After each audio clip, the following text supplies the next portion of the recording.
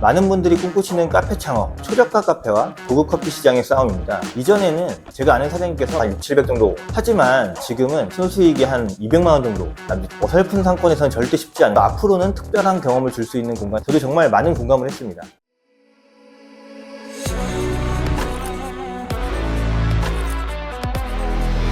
안녕하세요, 상남자 중개사입니다.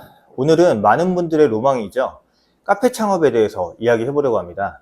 많은 분들이 꿈꾸시는 카페 창업, 나만의 공간에서 아침부터 구수한 커피 한 개를 맡으며 직장 상사의 잔소리 없이 내가 하고 싶은 대로 할 수 있는 나만의 카페.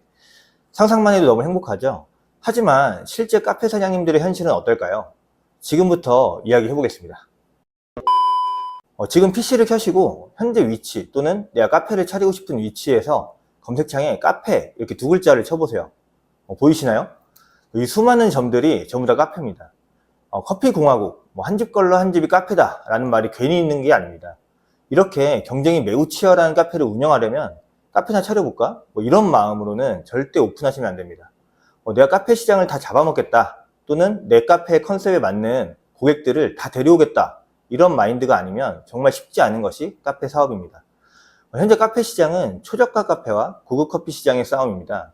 한 잔에 900원, 1000원, 1500원 팔아서 박리담회를 할 것이냐, 아니면 넓은 공간, 럭셔리한 공간, 좋은 원두 등의 고급 시장을 노릴 것이냐, 이 두 가지 안에서 선택을 해야 합니다. 대형 저가 커피 업체의 시장 장악으로 인해서 개인 카페는 정말 갈 곳이 없어졌습니다. 유통망에서부터 개인은 커피를 초저가로 팔 수 없는 구조이기 때문입니다. 저가 시장에선 대형 초저가 업체에게 밀리고, 그렇다고 커피 가격을 올리면 스타벅스와 같은 카페에게 밀리고, 그럼 저가 커피 프랜차이즈로 차리면 되지 않을까? 이런 생각이 드실 겁니다. 저가 커피 시장도 어려워진 건 마찬가지입니다. 이전에는 제가 아는 사장님께서 여의도에서 초저가 커피를 운영했는데 이때 월 매출 한 2, 3천 정도 나오면 풀 오토로 돌렸을 때 한 4, 500만 원을 가져가셨거든요. 본인이 바쁜 시간에 일하시고 하면 한 6, 700 정도 자기 인건비를 더 가져가셨습니다. 하지만 지금은 커피 원두 가격도 엄청나게 올랐고 인건비 또한 너무 폭등했습니다. 똑같은 매출이 나올 경우에 이제는 매출 2천만 원에 순수익이 한 200만 원 정도 남짓된다고 합니다. 200만 원도 괜찮지 않나? 오토인데 이 정도 수익률 가져가면 되지 않나? 라고 하시겠지만 이 1,500원짜리 커피를 하루 기준으로 444잔, 한 달에 13,000잔을 팔아야 나오는 매출이 바로 2천만 원입니다. 별거 아닌 것 같지만 10시간 기준으로 시간당 45잔씩 팔아야 한다고 생각해 보시면 어설픈 상권에서는 절대 쉽지 않은 매출입니다. 또한 앞으로 원두 가격의 상승과 인건비 상승은 꾸준할 것으로 예상되기 때문에 어정쩡한 매출로는 정말 남는 거 없이 손해만 보는 장사가 될 수 있습니다. 그럼 카페를 하고 싶다면 어떻게 해야 될까요? 첫 번째, 상권이 좋은 곳에서 저가 커피 프랜차이즈로 오픈을 해야 합니다. 앞에서 저가 커피 다 없다며 이렇게 얘기를 하실 수 있지만 정말 좋은 상권에서 빠른 회전율과 테이크아웃 건수를 만들 수 있다면 이야기는 달라집니다. 매출이 2천만 원일 때 순수익은 200만 원 가량이지만 매출이 4천만 원일 때 순수익은 700만 원 전후로 순수익이 2배가 아닌 한 3배 정도가 늘어나기 때문입니다. 물론 이 정도 매출을 뽑기 위해서는 정말 좋은 상권, 정말 좋은 자리에 들어가야 하기 때문에 권리금이라든지 높은 임대료에 의한 보증금 등으로 인해서 초기 자금이 많이 필요하다는 단점이 있습니다. 또한 이렇게 좋은 상권은 자본력이 있는 기업들이 언제든지 진출할 수 있고 항상 우선적으로 들어올 확률이 높기 때문에 내가 선택한 프랜차이즈가 도태되거나 시장 경쟁력을 잃을 경우 매출이 급락할 수 있다는 위험성이 있습니다. 두 번째, 특성 있는 상권에 특성 있는 컨셉으로 운영을 해야 합니다. 앞서 이야기 드린 것처럼 저가 커피와 럭셔리 커피를 상대하기 위해서는 고객들을 끌어당길 수 있는 특성이 있어야 합니다. 그 특성은 상권이 될 수도 있고 컨셉이 될 수 있을 겁니다. 흔히 말하는 광교 카페거리라든지 보정동 카페거리, 강릉 카페거리 등 데이트를 하고 휴식을 취하고 거기에 커피까지 곁들이기 위한 목적을 가지고 가는 상권이 바로 이런 곳입니다.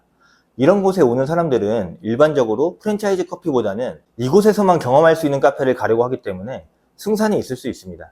아니면 정말 카페가 전혀 없는 곳에 오픈을 하는 방법도 있을 겁니다. 상주 인구나 오피스들이 없어서 카페도 오픈하지 않은 곳, 다만 이런 곳은 관광지 인근에 있어 지나가는 인구나 차가 많다거나 이런 정보들을 꼭 미리 파악을 하고 공부를 한 뒤 오픈을 해야 하며 일반적인 카페는 아니기 때문에 더욱 꼼꼼하고 세밀한 창업 계획이 필요할 것입니다. 세 번째, 특별한 경험을 줄 수 있는 공간을 제공해야 합니다. 옹근달이라는 카페를 아시나요? 핫플레이스 성수동 연무장길 인근에 있는 이 카페는 폐공장을 완전히 뜯어 고쳐서 새롭게 탄생시킨 정말 멋진 카페입니다.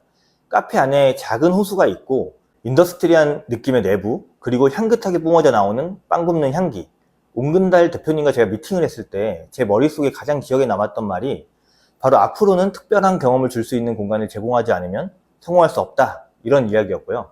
저도 정말 많은 공감을 했습니다. 공장에서 찍어내듯 늘어나는 프랜차이즈, 커피와 디저트, 빵을 제공하는 비슷비슷한 카페들, 경기 외곽이나 지방에 몇백 평, 몇천 평 되는 대형 카페들이 잘 되는 이유도 이와 같다고 볼 수 있을 것입니다. 이렇게 오늘은 카페 창업에 대한 이야기를 쭉 드렸습니다.